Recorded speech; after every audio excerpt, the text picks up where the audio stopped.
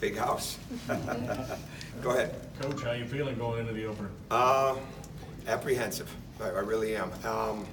I wish we were practicing better, and some of it's because we've had some early exhibitions and charity exhibitions, and but we're just trying to get so many things solidified. And bottom line is, the youth comes out most every day. The work ethic is really good. The energy is pretty strong. The concentration and focus and adaptability not always so good, but we're learning. I mean, and that's what it is, and it's here now. So I think that's the good sign. This will give us an opportunity to go against somebody that's well coached, very, very experienced, and they do things very well that we're not real good at yet.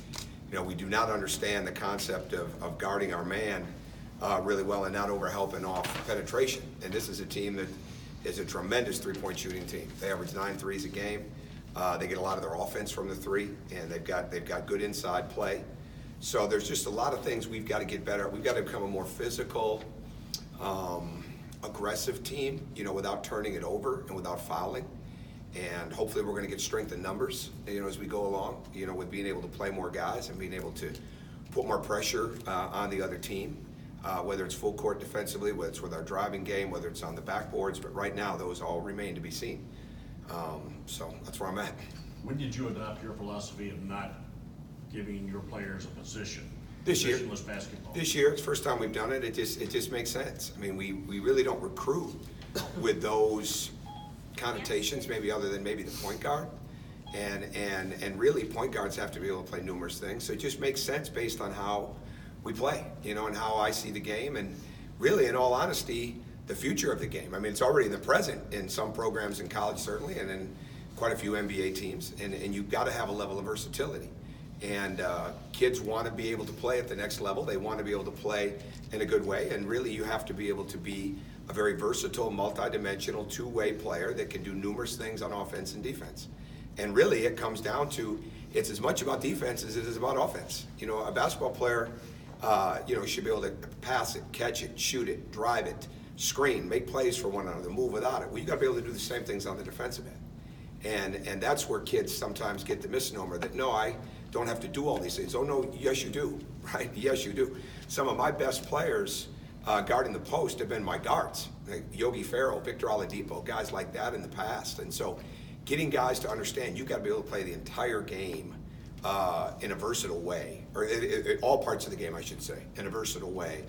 And it just makes sense to me to call them basketball players. Coach, it sort of feels like the Ant-Man era is beginning, but how does that? Yeah, I just don't. I don't look at it that way. I mean, he's got to get better just like everybody else does, and he is. But he has his moments too where they're not so good, and he's got a lot to learn. He's a very young man. He's 18 since August 5th, and should be in his second week of high school or third week of high school basketball practice. You know, in a normal world, but he's here and he's getting ready to take everybody's best shot, and I think that's what he's going to have to adjust to, as is our entire team. And the bottom line is building his versatility, being able to do more without the ball, being able to do even he can be a tremendous defensive player. And my hope is that at some point in time this year you see that, right? But right now he's got to learn to put more and more effort into it after that first or second effort, because he'll go after it. But then he's no different than any other high school kid.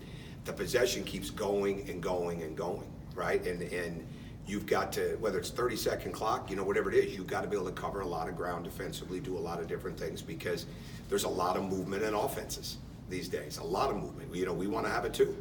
So that's the stuff that I'm most focused on, certainly on what he can do, but mostly what he's got to get better at. And that's kind of how we go into each practice, go into each film session, go into each day.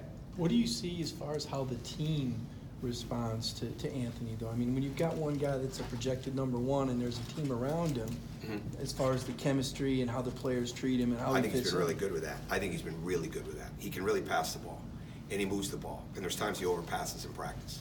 But there's also times he'll settle, you know, so we got to find that happy medium, right, on getting really good shots and being ready to shoot it. But he's got an infectious energy, and that's why we got to get more of it longer. And again, he's no different than any other freshman. They don't understand how hard they have to play for how long they have to play and how many possessions in a row they have to do it in. And so that's what takes time. They all go through a period of adjustment, some longer than others, where they're looking for that coast, all right, where they're looking for that rest, where they're looking for that settle of the shot, where it gets hard. They don't want to go to the glass or they don't want to get back. Those are the things that get you beat. Those are the things that make me apprehensive. We're very, very young. 7 freshmen on scholarship, 2 walk-ons. I mean, we're very, very young to understanding how hard you have to play for how long you have to play. But in answer to your question, when he's rolling, he brings a lot of energy and he brings confidence to everybody else. And that's ultimately what you want. And ultimately, he needs the same thing. Guys knocking down shots, rolling on the drives and the pick and rolls, those type of things, because he is a very, very good teammate. Very good. Have you talked with Anthony about other teams possibly wanting to, for example, get in his head, try to Sure. frustrate him? Absolutely. How do you think he will handle that? We find moments. I don't do it as much in practice, other than situationally with double teams and going after them. But he's still trying to learn the game, right? So it doesn't matter what he's projected. He's got to get a level of confidence, right? Not a level of future, not a level of potential, not a level of he's done this in the past. A level of confidence at this level. So when you're working with confidence in somebody, and again, say, well, he should be. He's this. He's that. No, he's 18, right? He's 18, and he hasn't played a college basketball game yet. It's going to take time for him to understand how to have his bearings. But as that time goes, then we have to do more of that. But there's no question that's going to come, and we just got to be able to help him. There's no experience like actually going through it. So we can practice it, we can work on it, we can set situations up, we can set drills up for it, we can create things, but he's actually got to go through it on the court, and that's what's going to take some time. First impression from him seems to be he is almost atypically humble for a guy who's had as much publicity and notices he's had. Is that a correct Yeah, impression? he's got a humility about him. He really does. He wants to get better, and he knows he has to get better, and he's just got to apply it. And he's just got to continue to build his focus, build his concentration, build his wherewithal to see in the game like he's capable of, understanding what he's capable of defensively, understanding that level of, see, with a guy like that, because the way the teammates do feed off him so much, you can't have many bad possessions. You can't have many down times. When you're coming in as a high school kid, it's very, very easy to know how to get your rest spots in a game. And that's just not the case here. It's not the case for any of them, but it's certainly not the case for him, because he will be getting, every other team's best shot. And we're going to have to help him work through that. But that's all going to be a work in progress for him to continue to have that, when he goes through struggles and when he goes through success. But when it comes to having a level head, when it comes to being a very good person, when it comes to being a thoughtful, caring, well-raised person, considering, all the things he's been through in his background, he's pretty strong. Tom, I know you're looking for daily improvement with this team, and you're just getting the season started. Whether you guys turn into a group that can make a run in March or not, what impact can having a talent like Anthony in this program, whether it's for a year or not, make for Georgia basketball? Oh, I think it'll be good. I think it's good. I think we just kind of recruit the way that we recruit, and does it come up more? Certainly, but we haven't recruited in the sense of, oh yeah, you're going to be the next Anthony Edwards. I mean, just like I never told him he was going to be the next Dwayne Wade or Victor Oladipo. It just doesn't work that way. You take bits and pieces of those people. Maybe there's some background comparisons or things that you can show them, right? But everybody's their own person, and every recruit is a case study unto itself. And what we've got to do is we've got to make sure that we are hitting this for what we need, right? That we've got to stack recruiting classes together. I mean, there's no doubt about that. I mean, there's absolutely no doubt about that. All you got to do is look at football over there and see how that's working out for them, right? They just keep stacking classes together. Well, we're in the same boat, to much to the same degree. So we want to keep making sure that we're not only adding need, but we're adding talent, but we're not getting caught up in what doesn't fit, right? We got to make sure things fit. Anthony Edwards fits a lot of things. He's from Georgia. He's hungry, has a desire to get better, all those type of things. And it was a great thing for us to have somebody like that would take a chance on the program in the first year like that, with that kind of stature. But for us right now, every time we look at somebody is, do we see them fitting? Do we see them having a projection to be able to help us and having a future that can not only, that they're going to fit well, but that they're going to fit in with everybody else and make them better. So that's kind of how we look at the recruiting as we go along with it, and keep looking at what's absolutely going to matter here, because we've got to keep improving our shooting. and our recruiting. There's no question we've got to keep building on this athleticism that we did in this last class.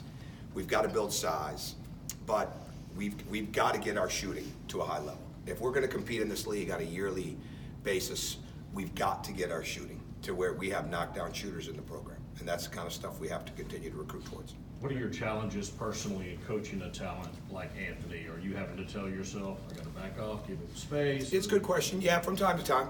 Yeah, I think I learn something from every conversation I have with him.